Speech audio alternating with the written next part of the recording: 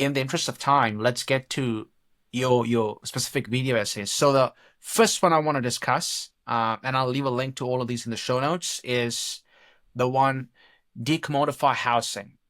So again, two questions, right? First Mhm. of all, what is the housing crisis in Australia as you see it?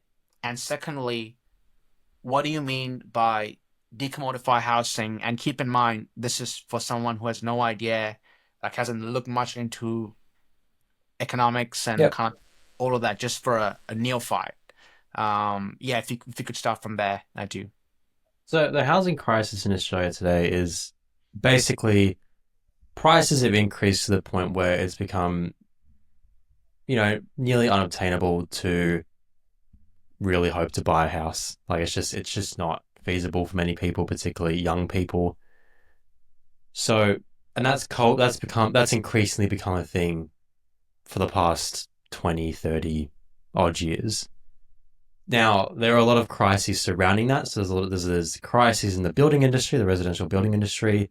There's crises in terms of, um, if you want to call the amount of speculative demand. So speculative being you have an item or an asset and people, bid up the price increasingly, bid it up, and increasingly jack up the price. Um, but yeah, fundamentally, what it comes down to is that prices are just too out of reach for people, and it's just gotten to such a point where we're kind of known for it, and home ownership as a result of has begun to decline. So,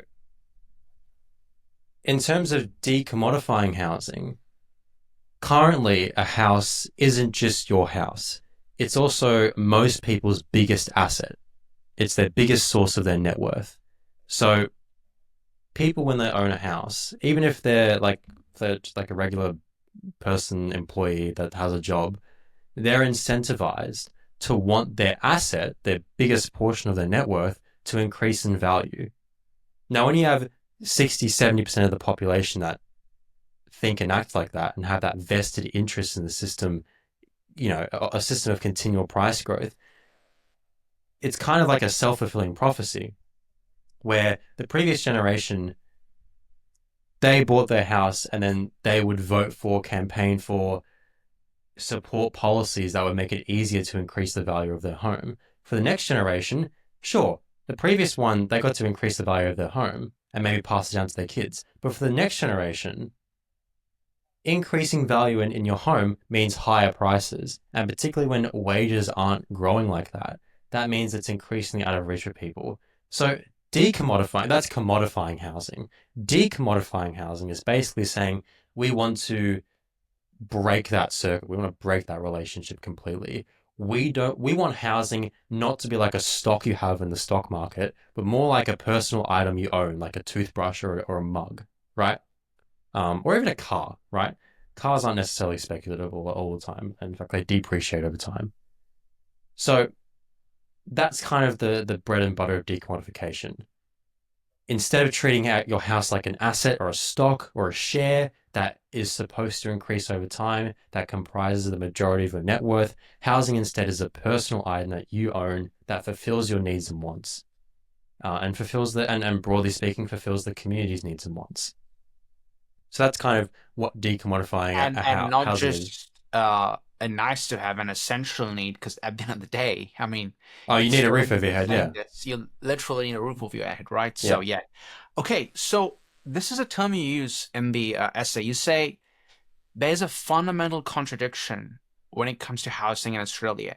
And is what you mean by this what you kind of just described, this notion of, yeah, that housing, we have people who need houses to like live in, like people like me who are renting literally just a roof over my head. But at the Mm-hmm. same time, the our system, both structurally and culturally, is set up as such that it is housing is seen as an asset, like a stock in the stock market. Yeah. So on one hand, you have a majority of the population in this country and our entire economy at this point, because remember that banks trade off the confidence of the housing market because it's one of the um, biggest, what's the word? Biggest source of their loans. Yeah, so our economy is dependent on the housing market performing well, generally speaking. The majority of the population depend on their nest egg or their biggest asset performing well. That's one side of it that want prices to increase. The other side, the people who buy the people who want to buy homes, typically younger people, the coming generations, they want house prices to be as low as possible so they can enter the market. This is a contradictory position. People who are selling, people who are holding onto their assets, they want their price to increase. They want their value of their stock to increase. People who are buying, increasingly younger people, you and I, we don't want those prices to be that high. Now, where it gets tricky is that typically when we have a market, right? That contradiction is natural. You're the seller. You're selling me a toothbrush. You want to sell it as high as possible. I want to buy it. I'm going to buy that toothbrush for as low as possible. We meet in the middle. Theoretically speaking, very simply, right? When it comes to housing, because our economy is so centered around the price growth of real estate, it's a completely uneven relationship, particularly when still a majority of the population, 60%, have a vested interest in house prices growing. Again, banks do, our financial institutions, the government does, if it doesn't want economic ruin. So that's why I say it's contradictory. And I think it's contradictory to a point where it's harmful because increasingly you're kind of having like a K shape result where one side is increasingly getting wealthier and wealthier, and the other side is increasingly becoming less and less able to enter the market. And we actually saw this happen before in Australia. We saw this come to a head in the 1890s. It's actually our worst depression on record, the 1890s, and it was the result of our economy collapsing under the weight of this incredibly speculative period where house prices were, or land prices more back then, were increasing at incredible rates. And simultaneously, we had comparatively high home ownership rates compared to the rest of the world. Now, back then, we didn't have nearly the same financial stability or institutional stability. So there was no lender of last resort. There was no central government. It was much more free for all, free market, that kind of vibe. But we've kind of regressed because after that fact and after the Great Depression, we kind of clamped down on that behavior. But then now we've kind of begun to reintroduce some of those aspects of, you know, relying on a speculative land market to uplift the economy or underpin the economy. So this has happened before. This has happened before, and it ended spectacularly in the worst way possible in our worst depression. Um, so that's what I mean by it's contradictory, and it will come to a head at some point, and it will be catastrophic. Indeed, the way there'll be like an almost like an could be, I don't know, we don't know what it is, but either a revolution or an explosion. And in that sense, yeah. Well, in Yeah. the 1890s, there was nearly a revolution. It was open class warfare, to quote some of the literature in that respect. You literally had governments sending in cannons, infantry detachments. You had captains of industry, whether it be the railways, the pastoralists, the industrialists, by the way, who previously hated each other, now in an alliance to crush striking workers and crush any kind of revolt. It was very nearly a revolution.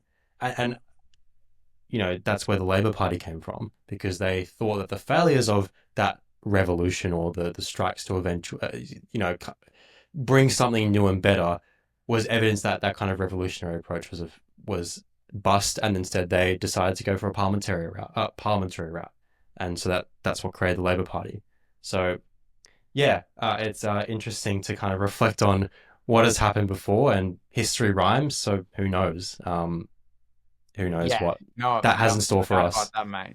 History for sure rhymes. I mean, I gotta say, like, I'm glad you used the term contradiction because in that video essay, you beautifully kind of elucidate how this can be fixed with like little tweaks here and there because we do have a fundamental contradiction in Hmm. our society the way it's structured right now. And I mean, to be fair, I don't even think it's just Australia. It's neoliberalism. It's kind of Oh, treating, absolutely. It's not unique to commodifying everything Australia. essentially. Yeah. It's not unique to Australia. What is unique to Australia is how how far we've gone in that direction and how much specifically our economy is dependent on price growth and real estate.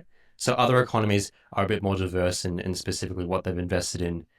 Their home ownership rates aren't nearly as big.